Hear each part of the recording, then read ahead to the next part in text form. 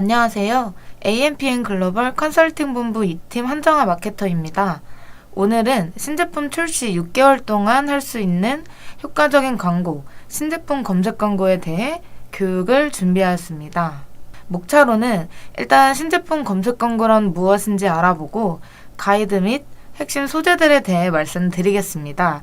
이제 더 나아가 어떻게 입찰하며 판매 주기는 어떻게 되는지, 마지막으로는 신제품 검색 광고에 대한 주요 Q&A에 대해 답변을 드리고자 합니다.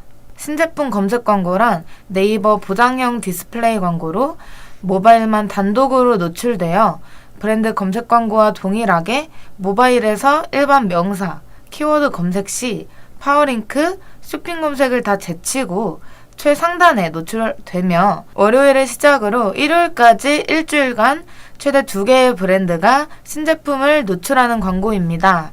제품 출시 초기 마케팅에 효과적인 광고이며 신제품 인지도 향상과 더불어 자사 브랜딩 강화에도 최적화된 효과적인 광고입니다.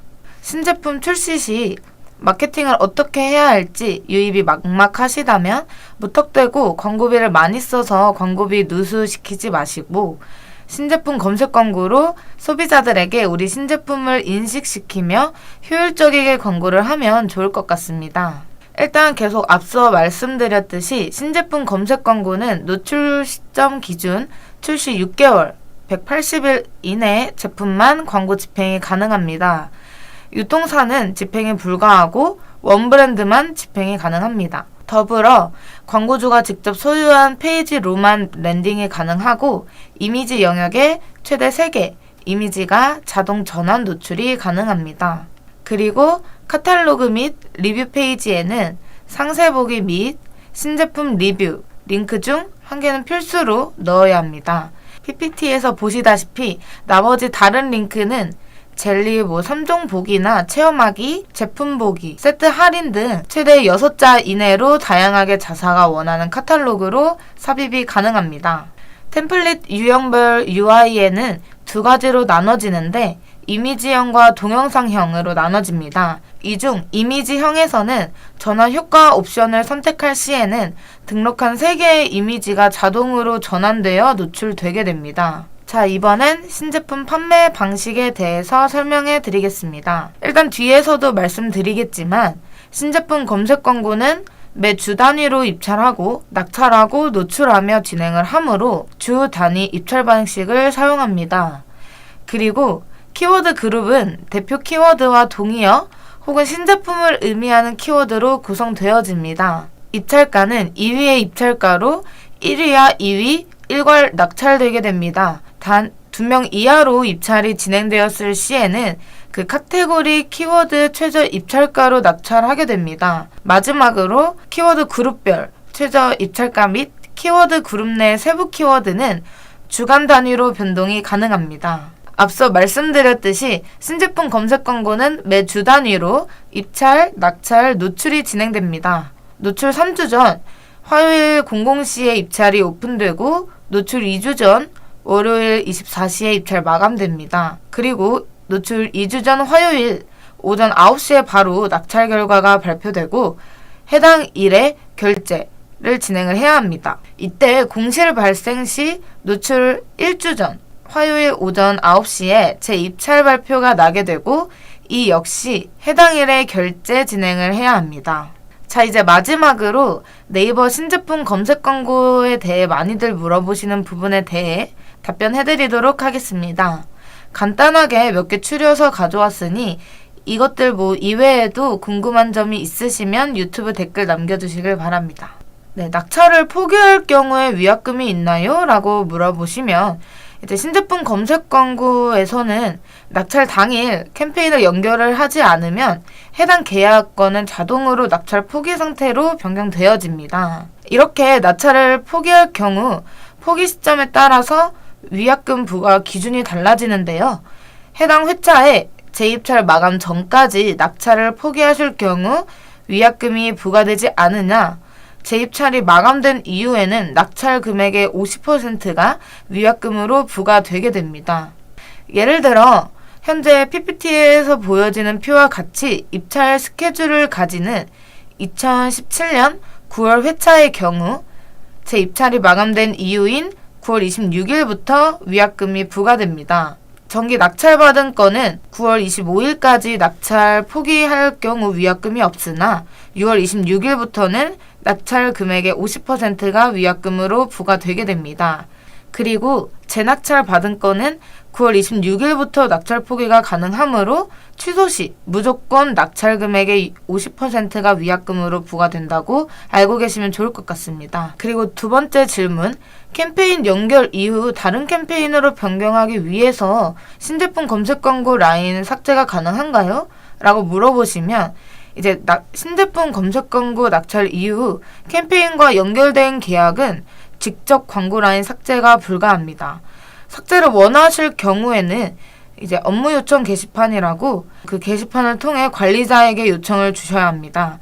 내부 낙찰 관리자가 라인을 삭제하게 되면 해당 계약의 상태는 캠페인 연결 전에 낙찰 상태로 변경되며 라인 삭제 당일 자정까지는 낙찰 상태를 유지하므로 이때 다른 캠페인과 연결이 가능합니다. 만약 자정이 지날 때까지 캠페인 연결을 하지 않을 경우 자동으로 낙찰 포기 처리가 되며 해당 기간에 위약금 부과 기간일 경우에는 낙찰 금액의 50%가 위약금으로 청구가 되게 됩니다.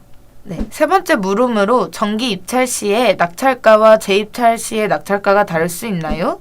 라고 물어보시면 정기 입찰과 재입찰은 각각 독립적인 낙찰 기준을 갖기 때문에 동일한 회차라도 정기 입찰, 재입찰의 낙찰가가 다를 수 있습니다. 기본적으로 낙찰가는 경쟁 상황이 아닐 경우 시스템 상에서 조회되는 최저 입찰가로 일괄 낙찰되며 경쟁 상황일 경우에는 낙찰 가능한 최하위 순위의 입찰가로 일괄 낙찰되게 됩니다. 예를 들어 공실 구조가 무조건 2구조인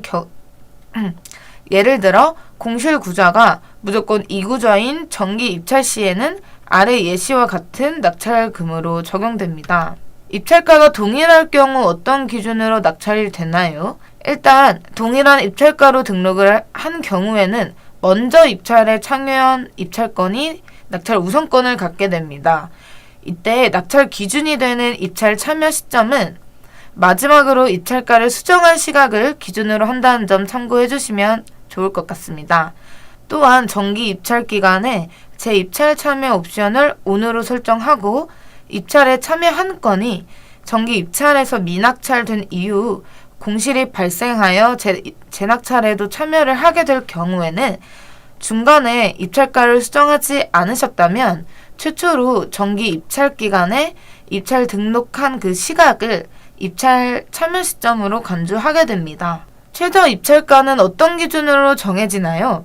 입찰 회차별로 그리고 정기 입찰과 재입찰 때 달라질 수가 있나요? 라는 질문을 되게 많이 받는데요. 최저 입찰가는 최근 검색수 및 해당 키워드가 노출되는 그 검색 지면의 광고 경쟁 상황에 따라 정해지게 됩니다. 이에 따라 동일한 키워드 그룹이라도 입찰 회차별로 최저 입찰가가 달라질 수 있으니 매주 새롭게 오픈되는 입찰 현황에서 최저 입찰가를 꼭 확인해 주시기 바랍니다. 다만 한번 정기 입찰을 개시한 회차의 최저 입찰가는 재입찰이 마감될 때까지 변동 없습니다. 즉 동일한 회차라면 정기 입찰과 재입찰의 최저 입찰가는 늘 동일하다는 말이겠죠. 추가로 소재에 관련한 문의도 많아서 제가 몇 가지 추려서 가져와 봤습니다.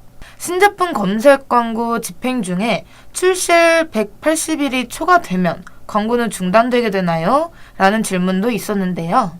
신제품 검색에는 노출 게시일 기준으로 181일 이내에 제품을 집행할 수 있다고 나와 있으며 집행 중에도 출시일 180일을 초과하더라도 구매한 회차의 종료일까지는 중단 없이 노출되게 됩니다. 예를 들어 11월 6일 월요일부터 노출 시작인 회차에는 180일 전인 5월 10일 날부터 출시된 그 제품부터 구매가 가능하게 됩니다. 이 경우 집행 개시 2일차인 11월 7일 화요일부터는 출시한 지 180일이 지난 시점이지만 이미 집행 중인 계약이므로 집행 종료일까지는 노출이 되게 됩니다.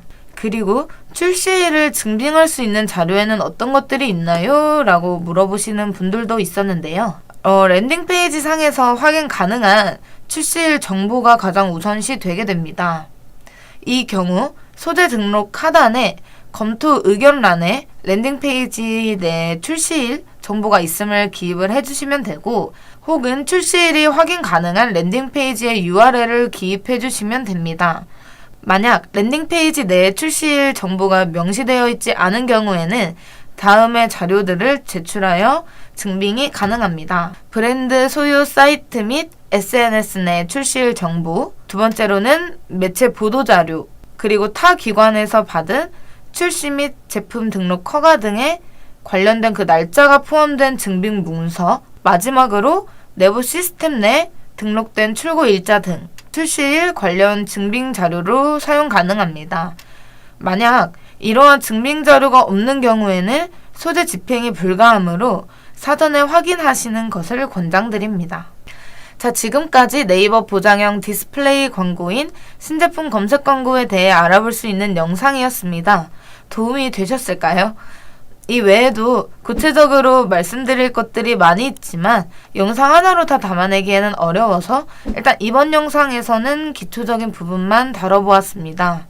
신제품 검색 광고에 대해 추가적으로 알아보고 싶으시다거나 신제품 검색 광고가 아니더라도 본인이 하고 있는 이제 광고들의 계정들이 잘 운영되고 있는 것인지 체크해보고 피드백을 받아보고 싶으시다면 아래에 남겨둔 전화번호나 이메일로 문의 남겨주시면 세세하게 분석해서 피드백 드리도록 하겠습니다. 감사합니다.